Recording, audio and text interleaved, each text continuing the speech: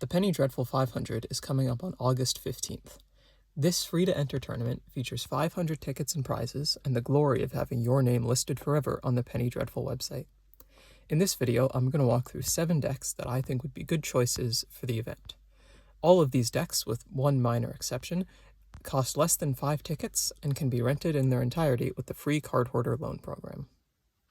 Let's get started with the first aggro deck that I want to talk about, Mono White Humans. This is the default aggro deck of most Penny Dreadful seasons nowadays, and it's for very good reason.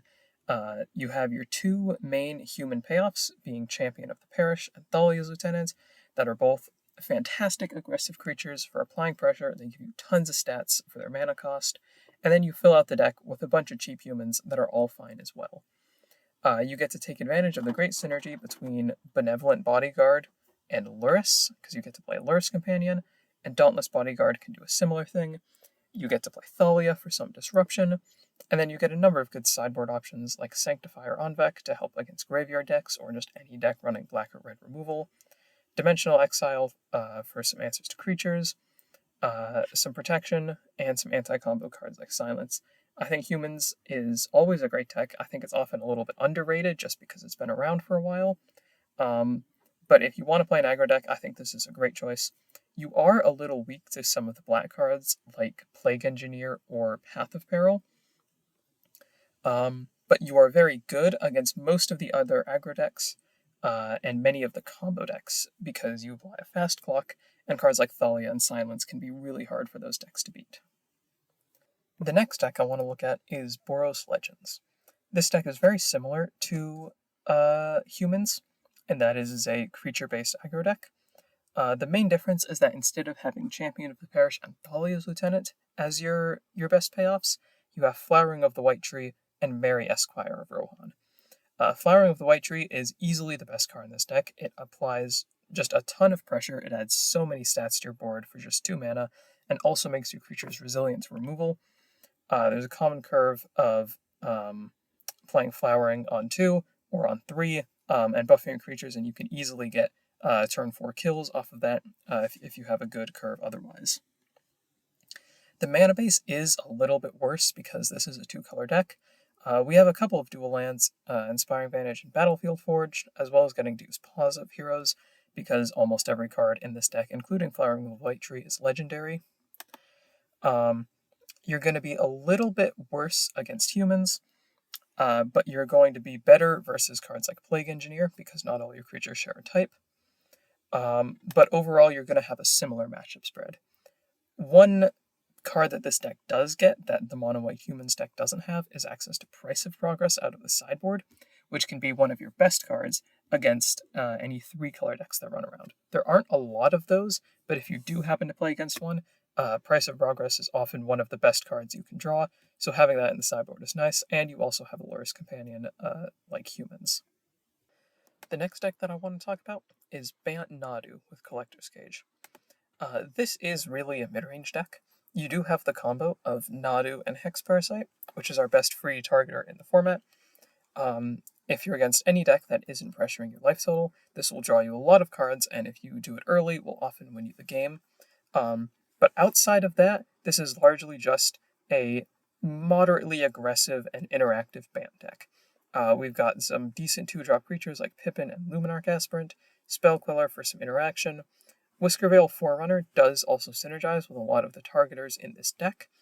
It can also dig you to a Nadu, which synergizes better, so that's a nice combo to have.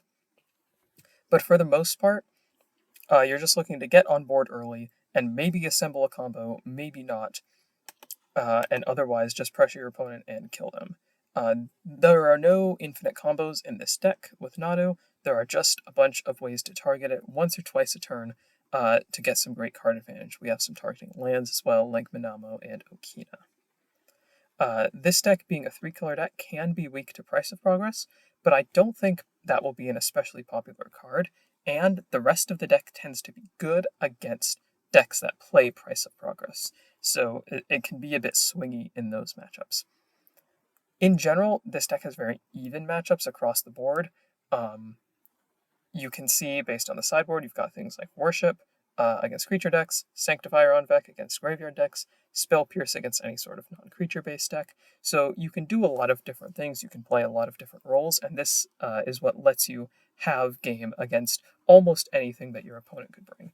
So if you like playing decks that are solid against everything and have a variety of game plans that they can take, I think this would be a good option. The next deck that I want to talk about is Dimir April. This is kind of a control deck. In a sense, it's really like a tap-out control deck, albeit with a lower curve than you may have seen in that kind of deck before. Because the idea is to use April. This is a 4-mana creature that draws a card on your end step for each card type among the spells that you've cast this turn, and a bunch of ways to make this effect really good. The best thing that you can do with this is to cast it on turn 2 off of Dark Ritual.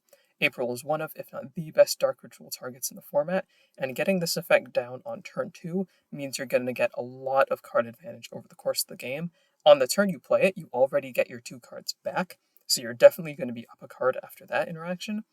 And then for everything else you play during the game on your turn, you're going to get cards back, and it's going to result in you just assembling a huge amount of card advantage over your opponent.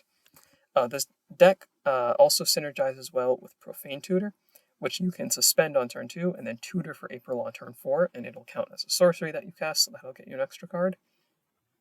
And Arcane Proxy is great with both of them. This can flash back a Profane Tutor, and it's both an artifact and a creature, and it casts a spell from your graveyard, giving you 3 total types for your April. The rest of the deck has a variety of interactive spells. We've got some removal and disfigure and end of the hunt, some non-creature interaction like Spell Pierce and Duress, one forbid to help lock out games off the tutor once you've assembled enough card advantage, a couple other Dark Ritual targets, and good one-ofs to get with Profane Tutor, and much the same thing in the board.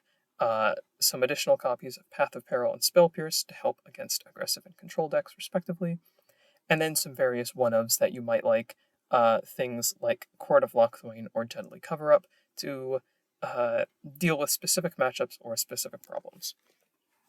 I think this is overall a great deck. It can have some weaknesses. A lot of these answers are pretty specific. They're a bit pointed.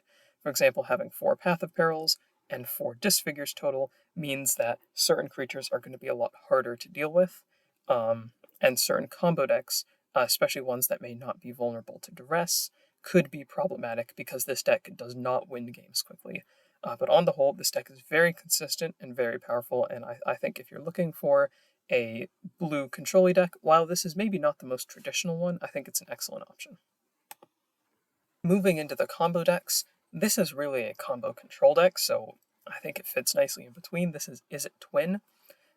This is, if you have any experience with Splinter Twin in other formats, this is going to be very similar. It's a control deck that ultimately wins with a combo of Pestermite or Glamourmite and Splinter Twin. You have a bunch of counter spells to help enable that, and a bit of card draw to help you dig towards it. Invert Polarity, a card that is maybe a bit controversial, but is certainly very powerful. I have not had a ton of success when I've played this archetype this season, but it seems as though almost everyone else has. So if this style of deck appeals to you, I think this is a totally solid deck to play. You just have so much counter magic that any deck which is vulnerable to counter magic is going to be a great matchup for you. You can be weak against some of the aggressive decks that can get under you. Thalia is a huge problem for blue-red decks in this format traditionally, but you're going to do well against a lot of other decks. This list is running a Madcap Experiment Platinum and Period plan in the sideboard. I don't think you're going to catch a ton of people out with this, at least because in the humans list, at least the one that I showed, there's Cathar Commando, which is a main deck answer to artifacts and enchantments, which often comes in as a way to deal with Splinter Twin. So Madcap Experiments, I think, is unlikely to be a hard lock, but it is still a useful tool against a lot of aggro decks, and especially the ones that are more red-based and maybe less likely to be running artifact removal. That can be an excellent plan. And then you just have some additional counterspells in the board, and cheap removal for the matchups where that might be called for. So if you like combo control style decks, I think this is a totally solid option. The next combo deck that I want to talk about is Hypergenesis. Now, this is, I think, a bit strange because In most seasons, or in most cases, I would be reluctant to recommend a deck like this, which has one point of failure that is relatively easy to target. If you are unfamiliar with this style of deck, the idea is you have Hypergenesis, which is a spell that allows each player to put any number of creatures, enchantments, artifacts, and lands from their hand into play. Normally you'd have to suspend it, but we're going to cast it with Cascade effects, Shardless Agent, Cathari Remnant, and Captured Sunlight, which will all always cascade into a Hypergenesis, and then a bunch of giant creatures as targets. Now, part of the problem here is that Spell Pierce is legal in this format, which is a really, really good card against you, and can sometimes just single-handedly win the game against you. However, I think Hypergenesis is actually better than people may be giving it credit for. It's certainly better than I would have given it credit for if you had asked me about a month ago. In this list, I have 9 Cascaders, which means that even if one gets hit with a counterspell, at least in game 1, you have a decent chance of being able to resolve a second one. And out of the board, you have some interesting options. Arcane Proxy can allow you to cast a Hypergenesis from your graveyard if it got countered. Elder Deep Fiend can tap down your opponent's lands so that they can't cast a counterspell. And Howlpack Piper can put creatures into play and is an uncounterable creature itself. So I think there are tools to beat counterspell decks, and against decks that don't have counterspells or don't have the right kind of interaction, this can be a very consistent turn 3, turn 4 win. The actual creatures that I'm playing, there are different builds of Hypergenesis. Some use cards like Blightsteel Colossus and Warstorm Surge to try to win the game on the turn that you cast it. This list is much more make it impossible for your opponent to win and then win the next turn. Something like Iona and Sarah's Emissary is basically unbeatable for every deck in the format. No one's realistically going to beat that, or at least their odds of beating it are about as likely as their odds of beating Blightsteel Colossus and Warstorm Surge. That is close to 0, but not quite. Ultimately, I don't think it matters too much which creatures you play, because if you resolve a Hypergenesis and put 2 things in play, you're very likely to win the game no matter what they are. One interaction that I'm playing that I think is worth noting is Runescarred Demon and Trumpeting Carnosaur. If you put these 2 creatures in play, you can use Runescarred Demon to search for another card that you want to put into play, and then the Discover from Trumpeting Carnosaur will also eventually find you another Hypergenesis, and you can put it into play that way. So if you want to get something like an Elder Scale Worm, or an Iona, or an Ulamog, anything that you want that you need to actually win the game, you can get with this combo and put into play. Trumpeting Carnosaur also gives you a bit of instant speed interaction that's also uncounterable, which some people may not be expecting, and it may be difficult for them to play around. This list, there's a chance that this list would be very bad if people are prepared for it. Spell Pierce, Silence, there are a lot of cards people can play that are very good against this deck, but I think it's sort of sneakily strong, and I could totally see somebody doing well top 8ing, maybe even winning the event with it. So if you like this style of more all-in combo deck, I genuinely think that this is a good choice. And the last deck that I want to look at is Necrotic Ooze combo. This is a list, it's also very similar to the Reanimator lists that some people are playing. Very similar game plan, a lot of the same cards. So what I talk about here basically applies to both, but I'm going to be looking at a Necrotic Ooze version here. This is the Dark Ritual combo deck of the format. If you're unfamiliar with the specific combo, the idea is that you use Buried Alive to get Scourge Familiar, Asmodeus the Archfiend, and potentially a Necrotic Ooze if you have a Reanimate effect, or just something else if you have a Necrotic Ooze in hand. Necrotic Ooze, when it's played or reanimated, will have all the abilities of the creatures in all graveyards. You can discard cards to Scourge Familiar to add mana, and you can use that mana with Asmodeus to draw 7 cards. Because you only copy the activated abilities, that top part about exiling cards doesn't apply. You can use this to draw your entire deck and make a bunch of black mana, and then you can win with something like Borborygmos to discard all your lands and shoot your opponent in the face. You also have another plan of just being a regular Reanimator deck, where you have Sarah's Emissary and Sire of Insanity. A turn 2 Sire of Insanity will beat most decks, and Sarah's Emissary is a good option against certain decks that are all in on one card type. For example, aggro decks that are based entirely around creatures. The goal of this deck is to assemble this combo as fast and as consistently as possible and work through any interaction you might have.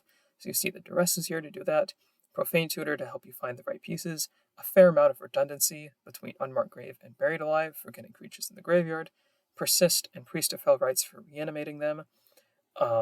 And then in the sideboard, it's a lot of ways to work through specific kinds of disruption. Sanctifier on Vec is a common 2-mana creature in this season, so cards like Path of Peril or Soul Partition may be helpful in that regard. Heliod's Intervention to destroy something like Rest in Peace. So if you like very fast and redundant combo decks, I think this is a good option.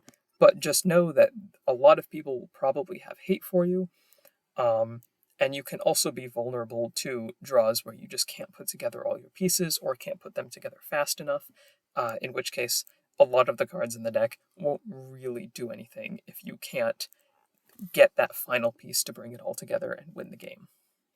So yeah, these are the 8 decks that I would recommend for this event. Certainly there are other archetypes that people could do well with, but these 8 have all been tried and tested and have shown that they are capable of winning matches and doing well in tournaments. So I have confidence that anybody could do well with any of these archetypes. If you have any questions, there are links to these lists and the PD website and the PD Discord in the description. You can go there, ask me or anybody else questions about the format, and people are happy to answer. We'd love to have you, and I hope to see you all in the event, and best of luck.